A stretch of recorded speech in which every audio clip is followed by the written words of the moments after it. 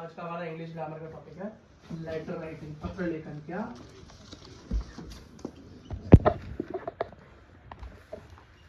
Letter writing की letter किस तरीके से लिखा जाता है। तो लेटर के दो टाइप होते हैं, औपचारिक मतलब फॉर्मल, और बेटा अनौपचारिक मतलब इनफॉर्मल। क्या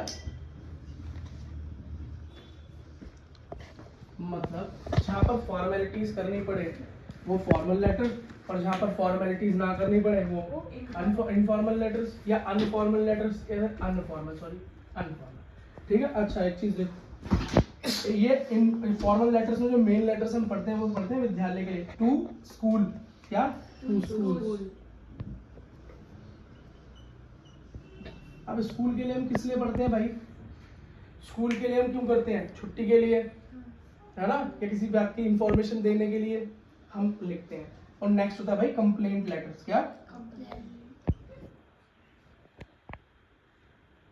मतलब किसी की शिकायत वगैरह करने के लिए, किसी विभाग में, किसी टीचर की कर दो स्कूल में, या किसी विभाग में कर दो, जैसे बिजली विभाग के अंदर या पानी विभाग के अंदर या सफाई विभाग के अंदर कोई ठीक से काम नहीं कर रहा है, तो आप क्या कर सकते हैं? शिकायत पत्र लिखते हैं शिकायत के लिए। ठीक है बेटा। अगला क्या है इसकी फॉर्मेट, इसका फॉर्मेट क्या है? अगर हम स्कूल लेटर्स की बात करें तो उसका बेटा फॉर्मेट क्या होता है? देखो फॉर्मेट होता है कि सबसे पहले हम लिखते हैं सेवा में, मतलब सेवा में को इंग्लिश में क्या बोलेंगे? To the. क्या टू द प्रिंसिपल। ये बेटा फर्स्ट पार्ट है। सेकंड होता है आपकी हाईएस्ट अथॉरिटी, जिस स्कूल के अंदर जो हाईएस्ट पोजीशन होती है वो क्या है? प्रिंसिपल।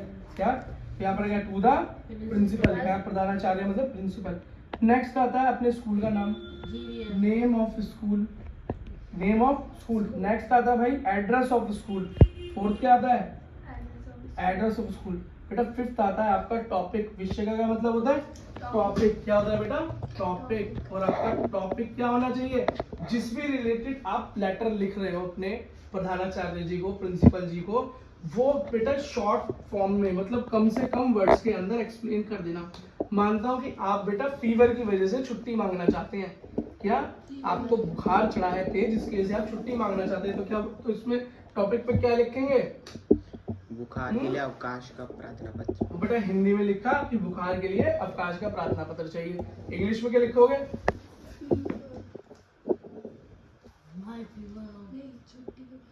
लीव। हाँ लीव बनाओ इसे बेटा, क्या बनेगा?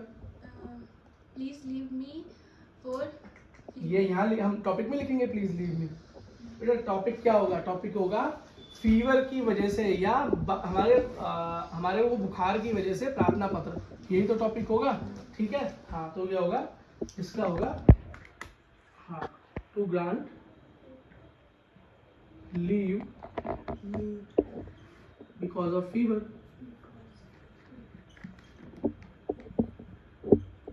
बुखार की वजह से छुट्टी के लिए पत्र लिख रहे हो। फिर यहाँ पर क्या लिखेंगे भाई? महोदय मतलब रिस्पेक्टेड। सर या मैम। अब सर हो तो सर, फीमेल हो तो मैडम लिख देना। ठीक है। ये लिखना जरूरी है, ऐसे बोलते हैं संबोधन। टॉपिक हुआ ये हुआ 5, तो बेटा ये संबोधन हुआ 6। 7th आपका क्या होता है? आपकी मेन बॉडी होती है, मेन बॉडी होती है जो आप लिखना चाहते हो। बेटा इस मेन बॉडी को हमेशा 2 पार्ट्स में डिवाइड करके लिखना। कैसा? पार्ट 1 और पार्ट 2। आप बोलोगे ये क्या है? तो बेटा फर्स्ट पार्ट में लिखना आपकी प्रॉब्लम क्या है, तो आप क्या लिखोगे? I beg to say that. ऐसे ही लिखा जाता है। कैसे लिखोगे भैया? I beg to say that I am in fever, मैं बुखार में हूँ। फ्रॉम द मॉर्निंग, या मैं सुबह से बुखार में हूँ। Because of the fever I am unable to concentrate, मैं भैया फोकस नहीं कर पा रहा। I am unable to study, मैं पढ़ाई नहीं कर पा रहा। And I am feeling very tired, मैं बहुत थका हुआ फील कर रहा हूँ। ऐसा आप लिखोगे।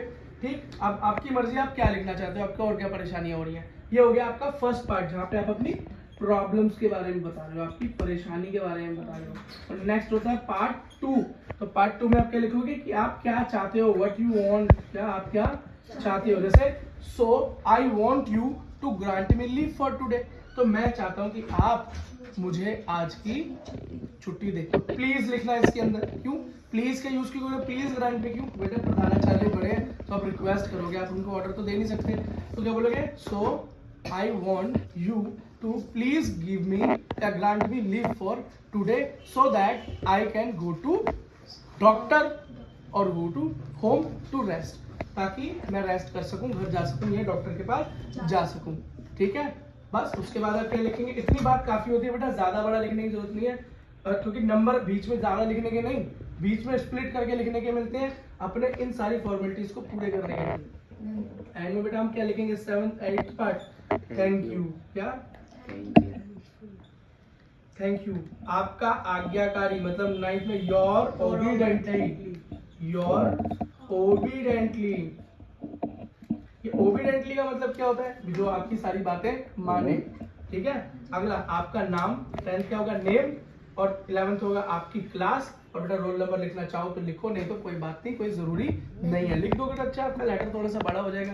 बेटा इसी के साथ हमारा स्कूल लेटर या फॉर्मल स्कूल लेटर, औपचारिक विद्यालय के लिए पत्र खत्म होता है। तो बेटा इंग्लिश ग्रामर का हमारा टॉपिक है लेटर राइटिंग। क्या? Letter writing. लेटर राइटिंग के अंदर मैंने 2 फॉर्मेट बताए थे, फॉर्मल इनफॉर्मल। क्या? फॉर्मल इनफॉर्मल मतलब औपचारिक अनौपचारिक। औपचारिक फॉर्मल मतलब जिसमें फॉर्मेलिटीज करनी पड़े, अनौपचारिक मतलब जिसमें फॉर्मेलिटीज ना करनी पड़े, और अपनों के साथ हम फॉर्मेलिटीज नहीं करते, इसलिए बेटा अनौपचारिक पत्रों के अंदर, इनफॉर्मल के अंदर हमेशा सगे संबंधी रिलेटिव्स को लिखे हुए पत्र आते हैं। बेटा इस विद्यालय के लिए टू द स्कूल वाले हम कर चुके हैं, वीडियो देख लें। आज हम करने जा रहे हैं शिकायती पत्र मतलब कंप्लेंट लेटर। क्या? Complaint letter. कंप्लेंट लेटर का फॉर्मेट क्या होता है ये देख लो बेटा। फॉर्मेट क्या होता है? सबसे पहले आप लिखोगे सेवा में मतलब टू द। अब अधिकारी मतलब जो भी ऑफिसर है,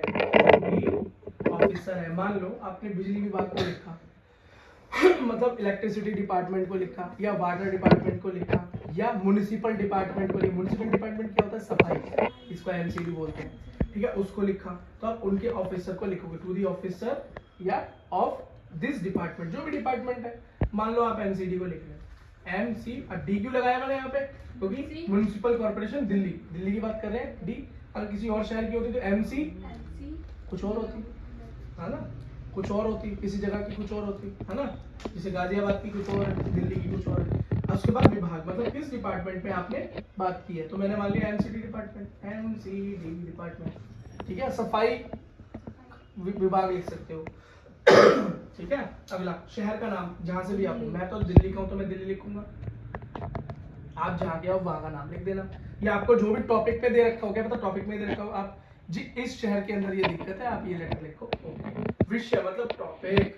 टॉपिक कैसा होना चाहिए भाई? शॉर्ट होना चाहिए, शॉर्ट होना चाहिए, बहुत ज्यादा लंबी कहानी नहीं लिखनी, शॉर्ट होना चाहिए। जैसे कि मान लो मेरे को किसी ने बोला या मेरे को एक ऑप्शन दिया हुआ है कि भैया आप एक कंप्लेंट लेटर लिखिए, किसके लिए?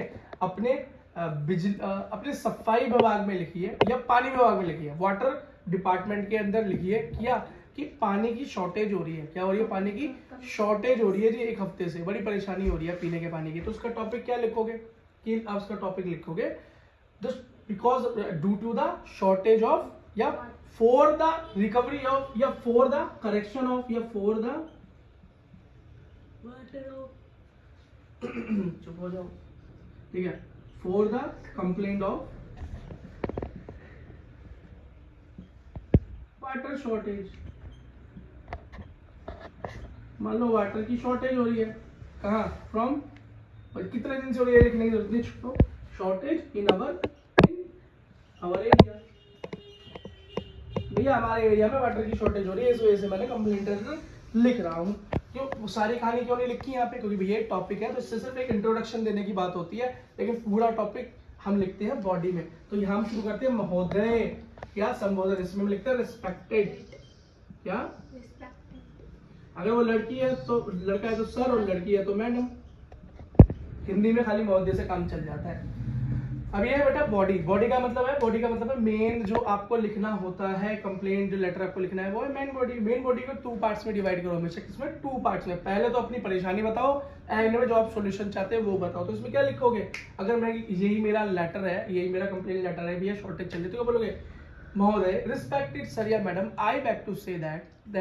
I beg to say that from last 7 days, ठीक है, पिछले 7 दिनों से, ठीक है, क्या है, हाँ, कि from last 7 days in our area water is not coming on time, क्या पानी अपने समय पर नहीं आता। नहीं आ रहा है, ठीक है, एंड ड्यू टू दिस, उसकी वजह से क्या हो रहा है, उसकी वजह से due to this we are facing problems, हमको बड़ी परेशानी झेलनी पड़ रही है, ठीक। अच्छा, क्यों? Because water is very important, किसके लिए? For drinking and washing and many other day to day works, ठीक है। So we are very much dependent on water, भैया हम तो पानी पे बहुत निर्भर करते हैं, and because of the shortage we are in problem. ये मतलब यही बात आपको घूम फिर के छोटी सी 2 लाइनों में 3 लाइनों में लिखनी है, ज्यादा बड़ी राम कथा यहाँ लिखने की जरूरत नहीं है, फॉर्मेट के नंबर मिलते हैं। अब बेटा सेकंड पार्ट में लिखोगे अपना सॉल्यूशन। सो आई वांट या वी वांट, हम सब चाहते हैं या मैं चाहता हूं, आई वांट या we want that you resolve this. Resolve का मतलब होता है इस चीज को जल्दी ठीक करो, ठीक है, या प्लीज करेक्ट दिस या resolve this problem in as soon as possible, क्या जल्दी से जल्दी इसको ठीक करो, and I hope you will do it immediately, मतलब, और मैं आशा करता हूं कि आप जल्दी से जल्दी इस काम को कर देंगे। उसके बाद हम सीधा बेटा ये अपनी बातें लिखकर 2 लाइनों में, ज्यादा से ज्यादा नहीं, छोटे से छोटा लिखकर लिखेंगे धन्यवाद, मतलब थैंक यू, क्या थैंक यू। अगला इसके अंदर क्या लिखेंगे? योर क्या लिखोगे? शुभ चिंतक को क्या लिखो? वेल विशर, क्या लिखोगे?